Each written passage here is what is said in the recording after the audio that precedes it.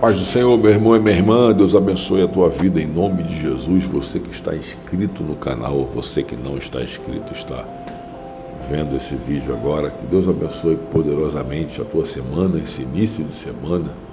Louvado seja o nome do poderoso de Israel. Hoje nós vamos falar sobre o espírito do engano. Meus irmãos, uma das maiores armas de Satanás é a ilusão. Ele ilude as pessoas, ele engana as pessoas, ele cria situações, ele cria cenários, ele cria ambientes que nós olhamos e achamos que aquilo dali é o natural, é o normal e pior com relação à nossa vida, com relação aos evangélicos, com relação às igrejas. Uma das coisas que ele tem feito nesses últimos dias é nós olharmos para uma situação e acharmos que é Deus. Como ele saiu de lá, como ele saiu exatamente do local para onde nós estamos almejando ir, ele conhece a forma de Deus trabalhar. Ele sabe como Deus trabalha, o que Deus gosta. Ele sabe criar ambientes, ele sabe criar situações, modelos em que nós achamos que Deus está ali, mas na realidade não está. E existem três situações que nós vamos nos deparar com elas no dia a dia, quando nós lidamos com situações espirituais, ambientes espirituais, onde deveriam ser espirituais, que é exatamente a igreja.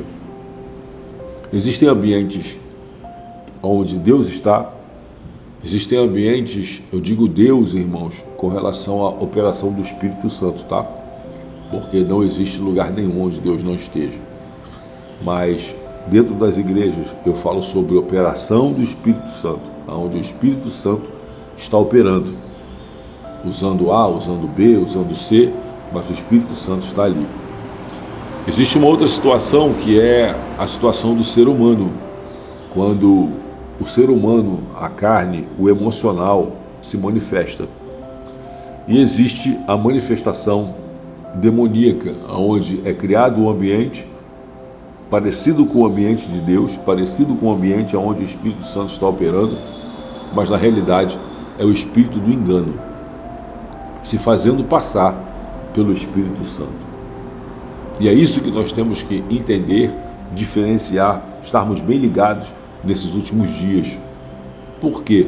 Porque, infelizmente, eu falo isso com muita tristeza, existem igrejas onde o Senhor não opera mais. Existem igrejas onde o Espírito Santo não opera mais, onde o Espírito Santo foi colocado para fora. E o que existem? Existem fagulhas, né, que acontecem naquele meio, em que você acha que é Deus, acha que é o Espírito Santo, só que não é. Como o Senhor ele é misericordioso, eu não vou falar para você que ele não se manifesta para salvar A, B, C, D ou determinadas situações onde há uma intervenção divina, uma intervenção espiritual, né? Porque senão nós iríamos falar que a igreja é a igreja do diabo. Um exemplo, até na igreja de Satanás, que é a igreja de Lúcifer, o Senhor pode intervir ali e salvar alguém. O Senhor pode tocar em alguém, porque não existe lugar nenhum que o Senhor não possa entrar e fazer aquilo que Ele quer fazer. Tanto é que Ele salva pessoas de dentro do roncó, pessoas que estão fazendo cabeça, pessoas que estão ali deitando para o santo, e o Senhor vai lá, entra, opera, fala, arranca a pessoa de lá e salva aquela pessoa. Então não existe lugar nenhum onde o Senhor não possa ir, não existe lugar nenhum onde o Senhor não possa estar. Isso nós temos que deixar bem claro. Só que determinados ambientes, determinados lugares, determinadas situações, determinados cultos, o Senhor não está. E nós temos que discernir, porque o espírito do engano, ele vem para trazer falsas revelações, ele vem para trazer falsas profecias, ele vem para trazer falsas palavras, um ânimo, uma palavra que coloca você para cima, que massageia o seu ego, que enche o seu coração de alegria, mas na realidade não é o Senhor. O próprio Timóteo falando que nesses últimos dias, o Espírito Santo usando Timóteo numa revelação profunda, ele falou que nos últimos dias, se manifestariam o espírito do engano. Ou seja, Paulo escrevendo a carta para Timóteo, Paulo escrevendo a carta para Timóteo, tem uma revelação profunda, que nesses últimos dias o espírito do engano seria usado dentro das igrejas para massagear o ego das pessoas, para trazer palavras que iriam agradar os seus ouvintes e que iria ser deixado de lado a doutrina dos apóstolos. O que é a doutrina dos apóstolos? Os ensinamentos apostólicos que traz vida, que traz saúde, que traz libertação para dentro das igrejas. Nós vemos pessoas que infelizmente estão à frente de trabalhos, que se deixam levar pelo espírito maligno, ou pela sua carne, ou pela emoção, ou pela situação que está acontecendo ali, para transmitir palavras para pessoas, revelações para pessoas, que na realidade a intenção deles é não perder essas pessoas, para que a igreja não esvazie. Porque nós vamos entender, as igrejas estão abertas porque tem alguém que está patrocinando aquelas igrejas. Se alguém está patrocinando, quem são? São os frequentadores. Se são os frequentadores, de onde que vem o dinheiro? Dos dízimos e das ofertas. Então, na realidade, quando você diminui o número de pessoas, a tendência é o pastor não conseguir mais pagar as contas, pagar o aluguel, pagar a luz, pagar o som, enfim. Tem determinadas igrejas que ajudam obreiros, ajudam pessoas, isso é uma outra história. Então, o que ele vai fazer? Ele simplesmente não vai pregar aquela palavra mais dura, aquela palavra mais de conserto, aquela palavra que realmente vai lá no fundo e que mexe com o nosso comportamento errado, para que pessoas não saiam de lá, para que pessoas não saiam feridas, machucadas. Porque a palavra de Deus diz que Deus usa o cajado e usa a vara. O cajado é para trazer, a vara é para bater. Então, a Bíblia também vai dizer, no livro de Provérbios, que o Senhor corrige aquele que Ele ama. Não adianta, Hebreus também fala sobre isso. O Senhor corrige e repreende aqueles que Ele ama. Então não adianta, não é só mel, não são só coisas boas, não, são palavras duras que vão fazer com que a gente entre naquilo que Deus tem para nós. E infelizmente, o espírito do engano tem realmente enganado muita gente. E muita gente achando que Deus está ali e que Deus não está. E o que nós vemos nesses últimos dias não são conversões, são emoções. Então que nós possamos orar, que nós possamos estar ligados, que nós possamos buscar em Deus, buscar realmente em Deus, irmãos, pela misericórdia do Senhor, o dom do discernimento, para nós entendermos quem está à frente, quem está operando, quem está falando, quem está curando, quem está libertando. Que é isso, pastor? Curando e libertando? Sim, o espírito do engano ele usa de todas as maneiras que você possa imaginar para imitar o Espírito Santo. É uma cura? É uma libertação? Ou você nunca ouviu falar? No Espiritismo, quando eu era no Espiritismo, haviam curas, haviam libertações. Quando eu era no Espiritismo, haviam tumores que desapareciam, eram tirados, caroços que eram tirados. E quem é que fazia isso? O Espírito Santo? Não. Então ele faz tudo isso para enganar, faz tudo isso para ludibriar. Os espíritos malignos colocam a enfermidade e os espíritos malignos tiram a enfermidade, exatamente para enganar.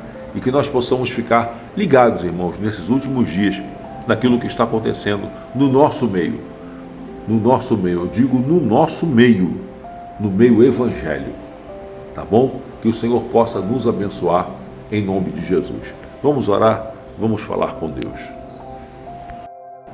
Santo, poderoso e eterno, Senhor, o Teu Espírito que dá vida, o Teu Espírito que cria todas as coisas através da palavra liberada pelo Senhor, está operando em nosso meio e nós precisamos desta operação. Precisamos, meu Senhor, urgentemente nos libertar daquilo que atrapalha o Teu agir na nossa vida. Precisamos da manifestação do Teu Espírito para arrancar o agravamento dos nossos ouvidos para arrancar a venda dos nossos olhos, para trazer mais sensibilidade para as nossas vidas, para nós entendermos e vermos nesses últimos dias aonde está o espírito do engano, aonde está operando o espírito do diabo, aonde está operando a carne, aonde está operando o emocional e aonde está operando o Senhor. O Senhor tem permitido tudo isso para que a igreja verdadeiramente entre naquilo que o Senhor quer. Porque a igreja entrar naquilo que o Senhor quer é muito difícil, porque requer uma renúncia, requer uma obediência e é um preço que muitos não querem pagar. Existe uma guerra sendo atravessada na nossa carne com o Espírito. A carne querendo uma coisa, o Espírito quer outra. E essa guerra todos nós sentimos enquanto nós estivermos presos nestes corpos. Satanás, o nosso adversário, sabe disso. Os demônios também sabem. E eles agem exatamente naquilo que nós queremos ouvir. Eles agem exatamente naquilo que nós estamos almejando.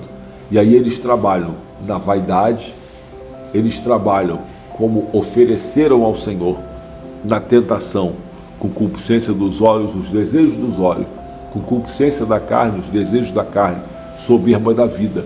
E eles vão agindo, e eles vão oferecendo pratos, porque eles sabem que nós estamos desejando aqueles pratos, não só fora, mas dentro da igreja também.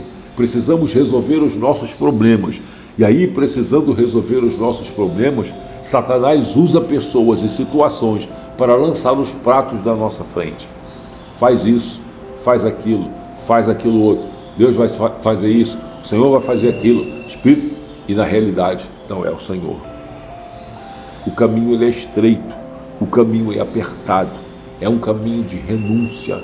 Quantos têm se perdido por causa de bênçãos, entre aspas, que não foi o Senhor que deu, foi Satanás que ofereceu.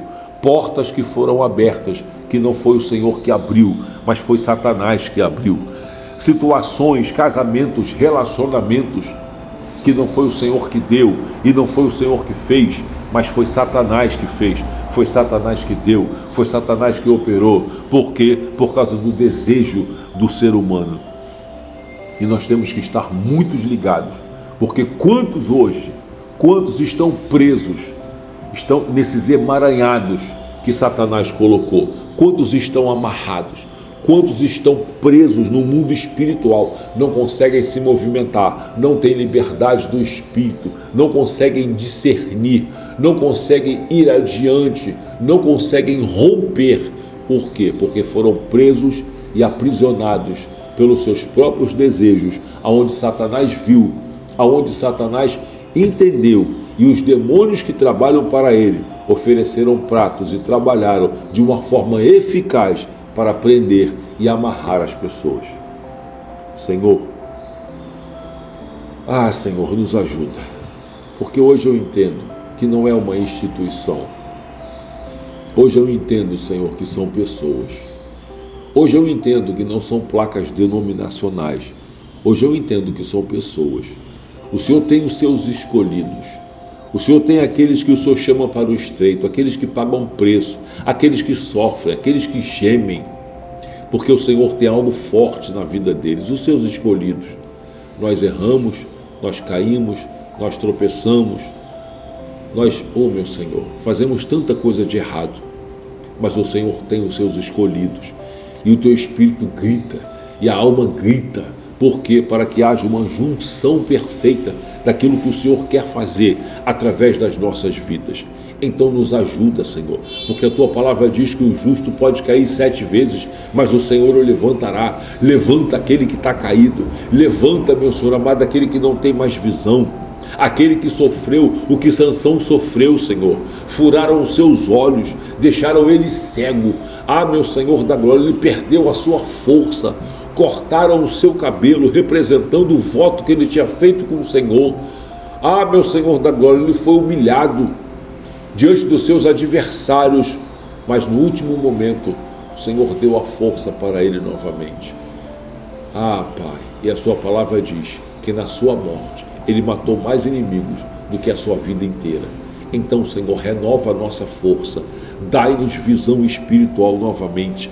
Deus, em nome do Senhor Jesus, trabalha na nossa vida para que a gente não seja enganado, para que verdadeiramente sejamos luz, para que a gente tenha força de Ti, ó Pai, para fazer o que é correto, para fazer o que é certo, para fugir da aparência do mal, para estarmos ligados diante de Ti. Senhor, nós não podemos agradar a homens, não podemos agradar, meu Senhor da glória, a cônjuges, meu Senhor, que não estão, ó Pai, na mesma ligação.